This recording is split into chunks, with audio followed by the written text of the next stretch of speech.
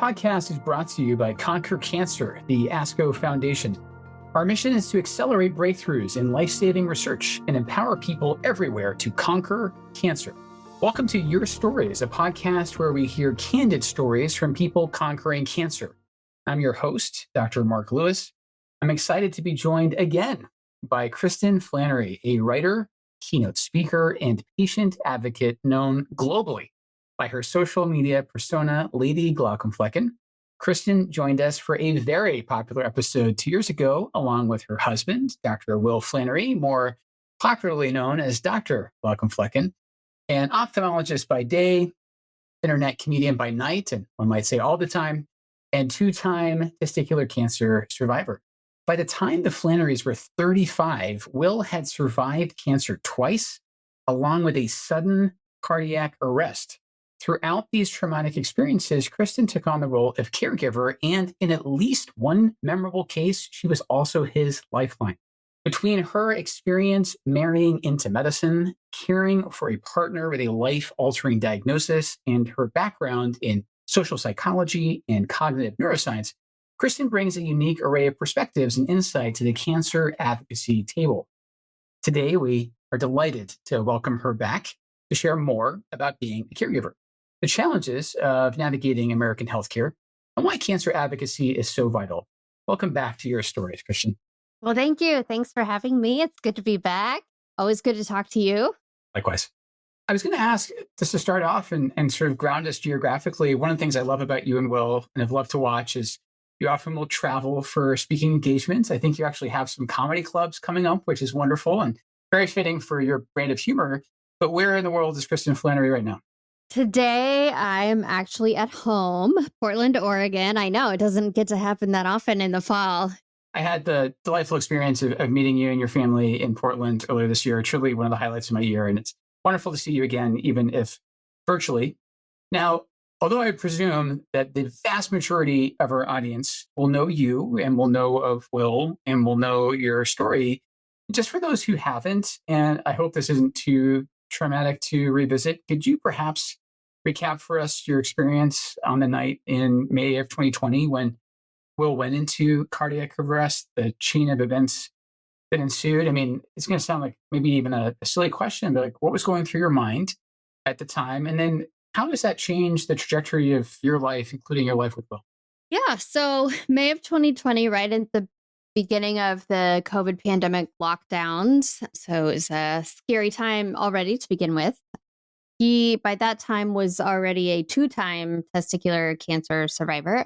But the night after Mother's Day, I like to say he gave me the worst Mother's Day present ever by going into cardiac arrest in his sleep that night. So I woke up to what I later learned were his agonal breaths. I'm not in medicine, so I didn't know anything about what those are or what it sounds like. But, you know, I was being woken from a deep sleep, so I just thought he was snoring. That's what it sounded like. But then, like, the longer it went on, he wasn't responding to, like, me trying to shove him and, you know, make him turn over and stop snoring or whatever. And then they started taking on a little more of an urgent quality to the sound of it. He started making some weird gasping, you know, for people who've seen it before. I'm sure that's just pretty standard. But for me, I had never encountered anything like that. So that was really alarming. And he wasn't responding or waking up, obviously. And so I called 911. And the dispatcher, her name was Lisa, and I got to meet her later and give her a big hug because she's the one that recognized what was going on. I had no idea. You know, it was May 2020 and he was making respiratory sounds. So, of course, I thought COVID. That's where my mind was. And she told me to do CPR. And I was just like, oh, okay. Oh, okay. Like, it took a second for it to kind of sink in that if I'm doing CPR, that means that his heart's not working. And he'd never had any sort of heart history or family history or anything like that. So just was nowhere on the radar for possibility. But she walked me through it and told me what to do and counted with me every step of the way. And it was 10 minutes of doing that. And then the paramedics came and took it from there. But yeah, it was a very intense 10 minutes that ended up sort of changing the trajectory of our lives, as you alluded to. Well, thank you for sharing that. Again, I hope it wasn't painful. I only ask because I've heard you, of course, speak openly about it before. Again, having met you guys in person now, I appreciate that there's a slight difference in physical stature between you and your husband. In all seriousness, I mean, had you had, and you're always so self-effacing too, but had you had CPR training in any capacity before then? I had taken one set of CPR classes way back, probably 15 years ago, for like an after school job in college where I had to do that. But it's you learn on the dummies. And it was so long ago too that luckily it's not a complicated maneuver. But where I feel like I was saved by Lisa and he was saved by Lisa is that I didn't remember when to do it. I didn't know that it was required in that scenario. You think of the sort of classic, someone clutches their chest and falls down and then you do CPR. But waking up in your sleep and your husband's making weird sounds, that doesn't ring that bell in my brain, So so I had it, once before, but she gave me instructions just to refresh, and I couldn't move him because, as you mentioned, he's much larger than me. He's 6'4" and I'm 5'2". So that was tricky. And then I had a cervical disc replacement a few months before that I was still kind of recovering from. And I'm hypermobile, like symptomatically hypermobile. So already my body doesn't work correctly. And so I just didn't have any confidence in myself that I could get him off the bed without like slamming his head into the nightstand or something and like causing further damage. So we just had to do it on the bed. But thankfully, because I'm hypermobile, we have a very firm mattress. So, it worked out. And you also have this chronic illness paradigm. And you just said yourself, I mean, you have a connective tissue disorder that you have to contend with that I suspect is under-recognized by many people. And then, Will's had cancer twice. And so I'm just curious, in the context of specifically a cancer-themed podcast, did you find that people supported/reacted to your family differently between the cancer experiences and then this whole CPR/cardiac arrest experience? Yeah. So there's a lot to say about that. So one thing was an age difference, a phase of life difference. So when he had cancer, we were still in his medical training years. And so the first time was in medical school for him. And the second time he was in residency. We were away from any kind of family, and you're in these temporary locations where you do make friends and whatnot, but your really deeply rooted support network is not there. And on top of that, especially in med school, it was a bunch of 20-something-year-olds, right, that were our network. So I think people they were fabulous, but I think, there was no guidebook and no precedent that anyone had ever encountered before. It was everyone's first experience with a friend getting cancer. So we were all kind of figuring it out together. They would do things like, we had a baby at the time, so they would come over and take care of the baby so that I could take him to appointments, things like that. The cardiac arrest was more dramatic, I would say. And the stakes felt higher because it was just more of an acute, serious, critical illness. We didn't know at first if he would survive. And then when we did, we didn't know if he would know who he was or remember us or what kind of state he would be in cognitively. There were a few days there where we were just really uncertain about all of those things. And then after he came home, his behavior was different. They have like short-term amnesia for a little while. So it was kind of like 50 first dates living with him for the first few days and weeks. I wrote down every day what had happened to him and what he had to do today, because it was changing by the day at that point. Like, you take this medication or you do this thing. And so every day he had on his nightstand my little letter to him of what had happened and what he should do. And there's all these things like that happened. And that was just like a little bit more visible to people, I think. And it seemed a little more urgent and serious. And so we had the meal train. And again, these are like the people that he worked with. We were still fairly new to our location. We moved here 2017 in the summer. And that was so almost 3 years that we had been living here. Not that long. And it was COVID. And yeah, and despite all of that, so many people left food at our door and notes and gifts for the kids because they were 5 and 8 at the time. They brought them like things to keep them busy and things to do and comfort items, and it was just so sweet. Our younger daughter's preschool teachers came by and sat on the patio with her, and, it was all social distance and stuff, but they came over to help out for a little while. So it was really, really lovely. And I think those really dramatic hard times, people can be really good at that stuff. Like we know the script, you bring the food, you help them with their errands, but then eventually the person comes home or the person recovers, and then all that kind of slowly goes away. And that was certainly the case with the cancer. Because it was testicular cancer, I hate this term, but that's one of the good, quote, good kinds of cancer, which just means that it's very treatable and survivable. And that is excellent. And we were very fortunate that that's the case. However, there's nothing good about that experience. I mean, it's still a very traumatic. Less bad. Yes, right. Like it's not as life-threatening. It still can be life-threatening if it's out of hand. So that one, it sort of felt like, well, yeah, he had this scary thing, but now that's over. And so everybody just sort of moves on. And then especially the second time he got it required hormone replacement therapy and a whole different set of things because he could no longer produce his own testosterone. We could no longer have biological children. There were just all these other implications. And I think that piece is either people feel like it's too personal and you should just leave the family to deal with it as they need to. And I understand that. Or people think, well, it happened, but now it's over, and they don't necessarily realize that the implications of that continue. So in our case in particular, we talk about the first cancer, the second cancer, the cardiac arrest, and not surprisingly, it sounds ridiculous when you say it all together like that. Not surprisingly, cardiac arrest gets all the attention, and it was a huge event. And I do speak a lot about the implications of that. But the second, each cancer, the first time it was like, hey, we're in our 20s. This is not supposed to be happening at this stage of life, and that's a whole mindset adjustment. And then the second time, we are still dealing with that one. Hormones are hard, and so we're still trying to figure out the right dose and delivery method and all of that stuff for his particular body. And because his particular body doesn't really align very well with all of the charts and statistics and whatnot, the insurance companies really don't want to pay for what he actually needs. So it's battling them. But, even more profoundly, I think, is it changes who the person is to not have your hormones in stable places all the time.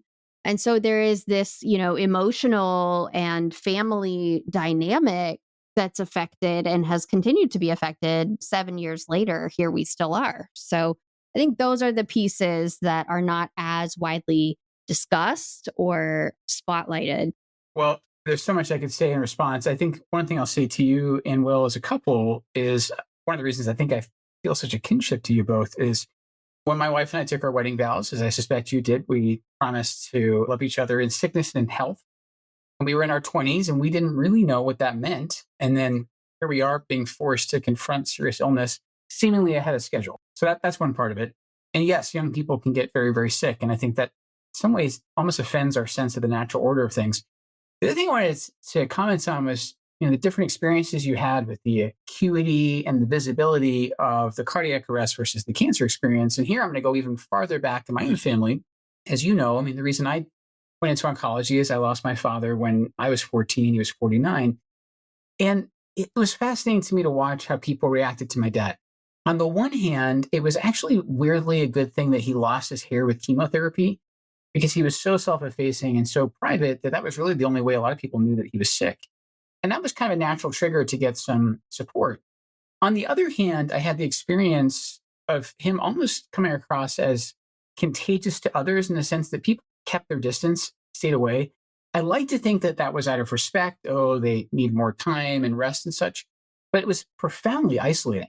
It was just my mom and I'm an only child, and then my father who was sick. And frankly, we could have used more support, not less. So on that note, as a practical tip, I wonder if you'll agree with me. You've actually already alluded to this today. I think rather than asking a family like yours or mine, what can I do? I think it's actually helpful to be like, hey, I'm planning to bring over a casserole on this night, or can I help babysit on this night? And I think being that concrete and specific is super, super helpful. I think that's key. Yeah. Because if you're asking someone, even if it's well intentioned, and it always is, if you're asking someone, what can I do for you? You're also now giving them a task. You're giving them more work to do to try to come up with something for you to do. And so, yeah, just think about what do you need done around your house? They probably need the same things done around their house. So just, do that. Great advice. Absolutely great advice. And it's interesting. Again, I was a fairly lonely kid, and that's not a sob story, but I vividly remember some friends of my parents taking me out to a movie and bowling. It probably felt like a very mundane evening to everyone else. I thought it was fantastic. It was really getting back to a brief glimpse of normalcy. On a happier, more comedic note, I am absolutely fascinated with the way that you and Will both have crafted online persona. And so I'm just curious, what was the catalyst for creating those avatars, if you will? And this is going to sound weird. How does internet comedy help you guys deal with really serious medical conditions? Yeah. So how that started was Will had a stand-up comedy hobby all the way back into high school. I mean, even before that, he was the class clown in elementary school. He was just always cutting up and making smart comments, we'll call them. So he just has always been a comedian at heart and found an outlet for that in various ways. And in med school, obviously he still did stand up into college, but then med school got a little too busy. We were in school, plus we got married, we had our first baby. So it was just busy. And then in residency, though, he started writing for the Gomer blog, which I think a lot of people might remember, but for those who don't, it was kind of like The Onion, but for medical professionals. And it was like a blog website, and you'd write these articles. They were always very funny. And so he applied to write for that and got accepted. And as part of writing for that, everyone had to come up with a pseudonym. And, it's a medical website, so it's a medically related pseudonym usually. And so he was in residency for ophthalmology. So he just thought, well, what's the funniest word I can think of within ophthalmology? And that's what he picked. We're still stuck with it. I was going to say, he picked such a marketable name. It's like the opto equivalent of Jabberwocky. It sounds funny. It does. Yes. And that's exactly why he went for it. Cause it just sounds like, like you're coughing as you're saying it. So, I think if we had known where this was going to go, perhaps we would have thought a little harder about what that name might be, but it's memorable anyway, even if it's unpronounceable. So that's how that started. And then I got on board because he started using Twitter as sort of a testing ground for jokes he could incorporate or directions he could go in these Gomer blog articles. And so it was a little bit like stand-up comedy, but just online. Just a quick joke, see how people react to it. Is it funny? Is it not?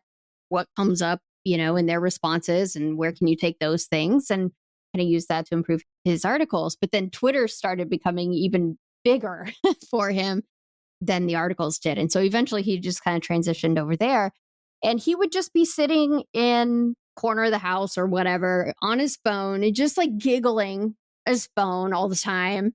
And I would try to say, what's funny? I want to know what's funny.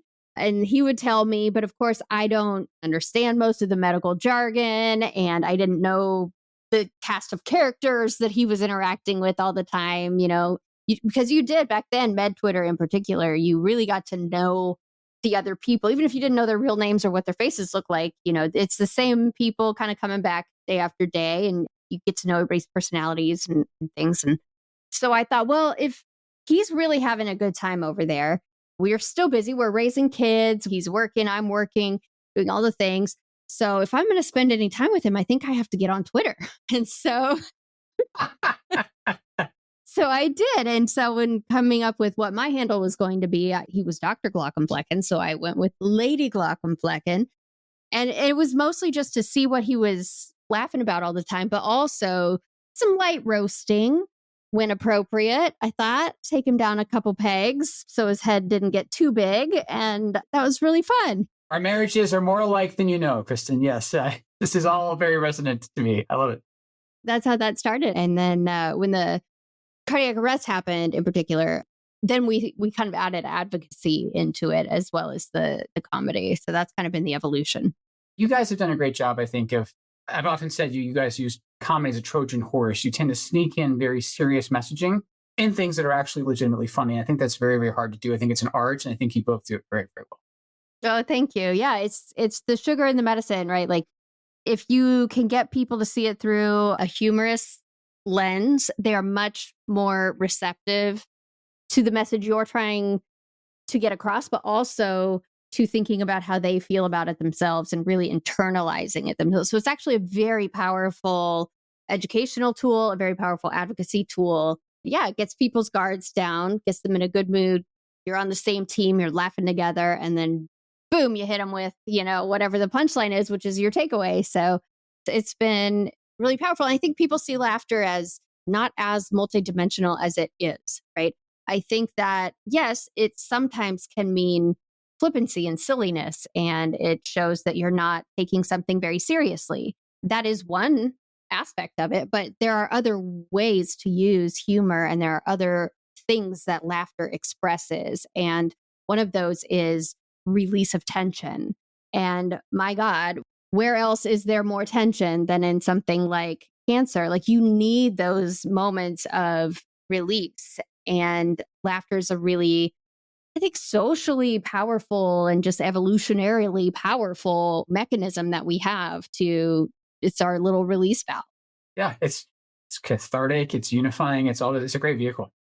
So your specific professional advocacy work involves changing how healthcare workers see not just their patients, but this is the other reason I was so excited to talk to you. No offense to your husband, but to talk to you, Kristin, is change how we see caregivers. So what do you want the oncology professionals who might listen to this, how do you want them to think about caregivers?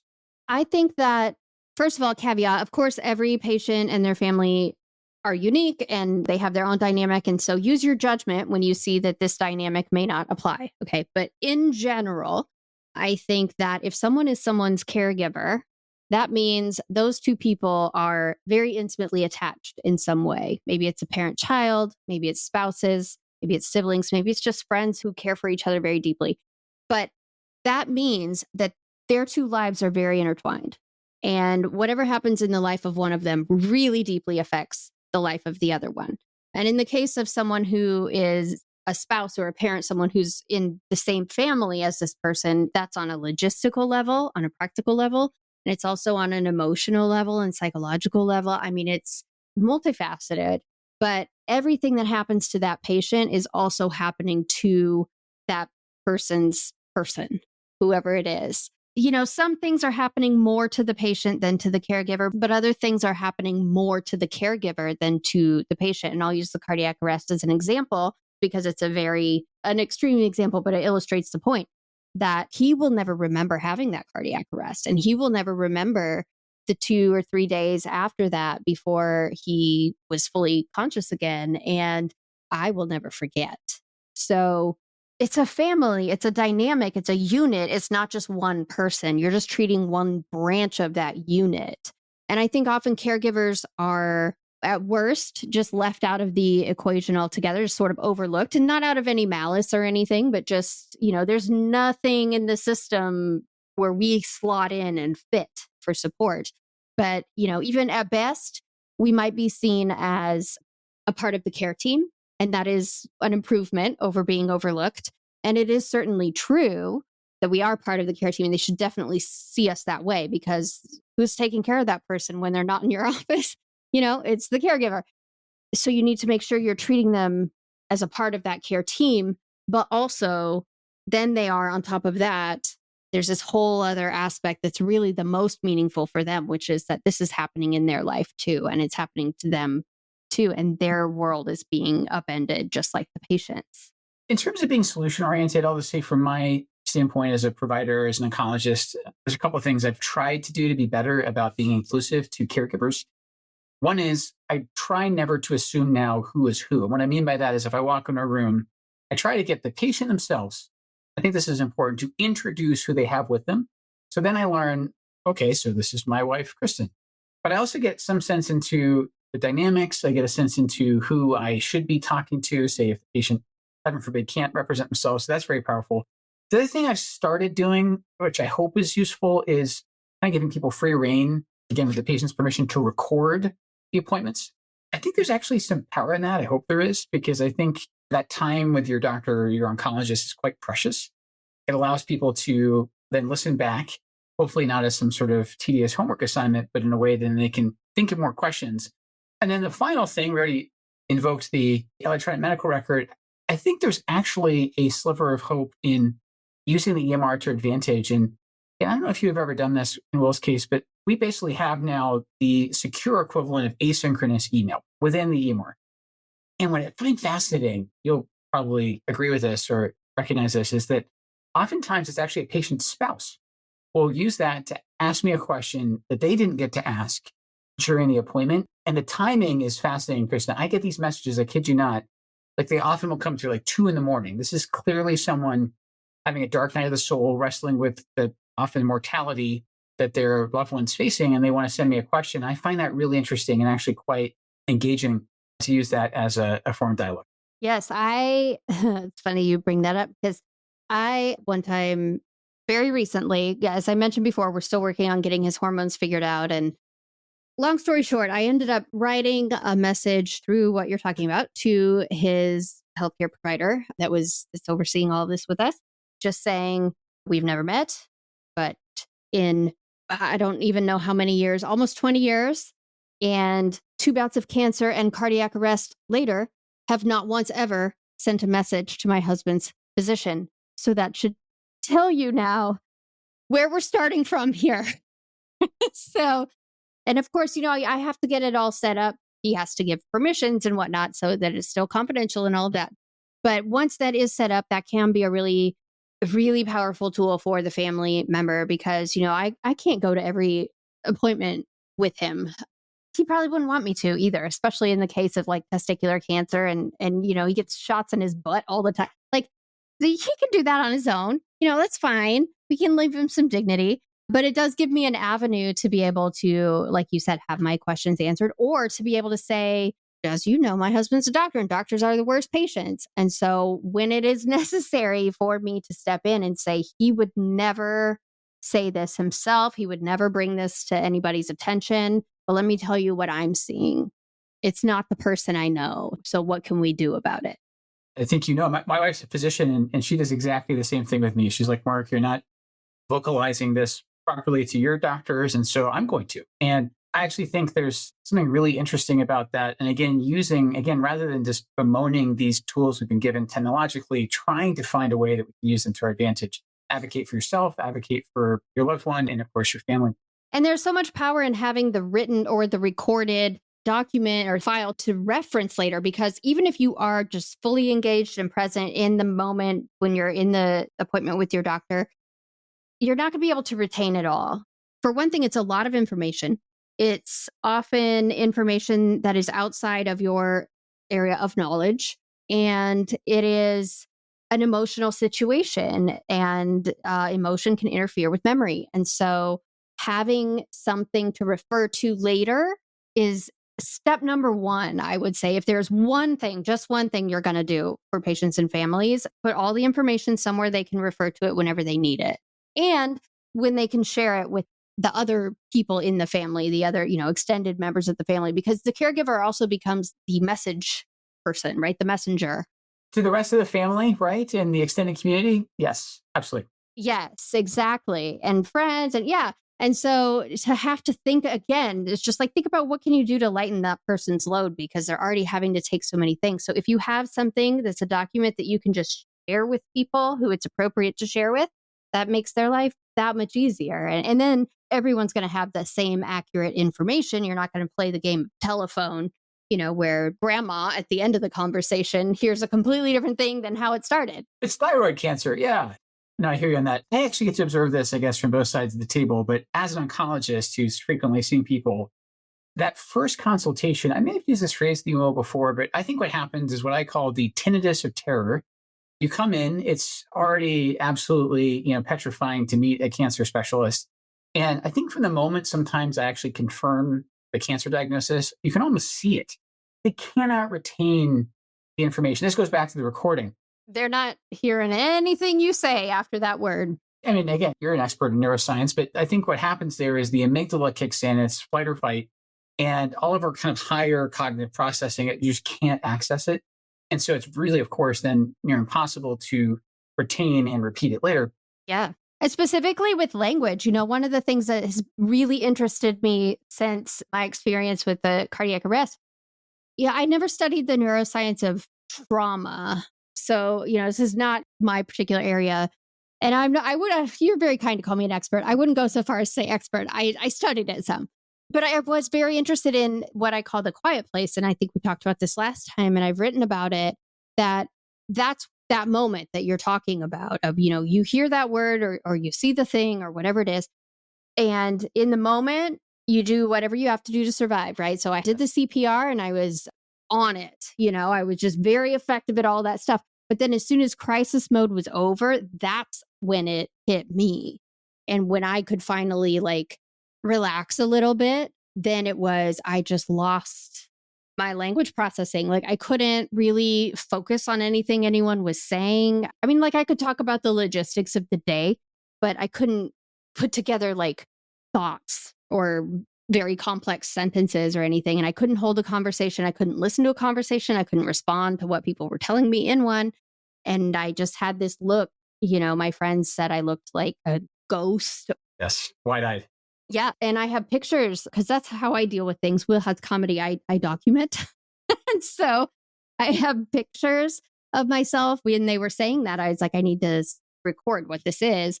And so, you can look back and just see in my eyes, they're just, I wish I could come up with better language now to describe them. But that is the thing, it specifically affects language. So if my point was, if you're in that appointment and you're trying to tell these people that they have cancer, their loved one has cancer, and then you want to tell them whatever comes after that, whatever the follow-up is, they're just literally not capable of taking that in and processing it and remembering it. And so you're wasting your breath and everybody's time because you're going to have to tell them again once they can take that in. So that's where that written information comes in handy. Totally agree. I think the question we should address at the end, maybe I'll let you go first out of deference, is if listeners were to take anything away from this conversation, what would you hope that would be? I would hope that it would be that if you are a healthcare provider, to just be aware of the co-survivors and the other people in the room, make sure you're addressing them and they're concerned, and just think at least a little bit about how this is affecting them too, and whether there's something that can be done in your clinic, in your hospital, in your exam room to make their lives a little bit easier. And then if you are the co-survivor, I hope you take away that term, because that just meant so much to me when I found it, because it just, back to the power of language, right? It really encompassed the emotional experience of what it is. I mean, the patient is centered, and rightly so. All of this stuff is happening in the patient's body, but it's happening to the co-survivor too. So it helps center them as well as the patient. And so I hope people can find some comfort in that word, as well as some education and understanding in that word. I love that word. It encompasses everything you said, the togetherness, and the surviving together. It's just beautiful. I think what's so resonant to me about this in our conversation is acknowledge the people who are in the room. Yes, of course, our focus is going to be on the patient with cancer, but it's so crucial. And I also like the co-survivorship term, Kristin, because you are more than a therapeutic ally. You are more than a caregiver. You are your own person going through your own experience, just like my mom went through the cancer experience differently, of course, but in parallel with my father. And in fact, again, for long afterwards. So again, so grateful to know you and Will. So grateful that you guys have the candor and courage to talk about these things, which are not easy. Yes, comedy makes tragedy a little easier to cope with. And I guess the formula is tragedy plus time. But nonetheless, you are doing so much good. Oh, thank you. Not just on the internet, but in the real world. And again, I really, really appreciate you coming on the program again. Oh, thank you. And I could say all the same things to you. So likewise. Wonderful. Well, thank you for listening to this podcast brought to you by Conquer Cancer, the ASCO Foundation. For doctor-approved patient information, please visit cancer.net, which is supported by Conquer Cancer donors. Conquer Cancer is creating a world where cancer is prevented or cured, and every survivor or co-survivor is healthy. You can make a gift at conquer.org/podcast. The participants of this podcast report no conflicts of interest relevant to this podcast. Full disclosures can be found on the episode page on conquer.org. The purpose of this podcast is to educate and to inform. This is not a substitute for professional medical care and is not intended for use in the diagnosis or treatment of individual conditions. Guests on this podcast express their own opinions, experience, and conclusions. Guest statements on the podcast do not express the opinions of ASCO. The mention of any product, service, organization, activity, or therapy should not be construed as an ASCO endorsement.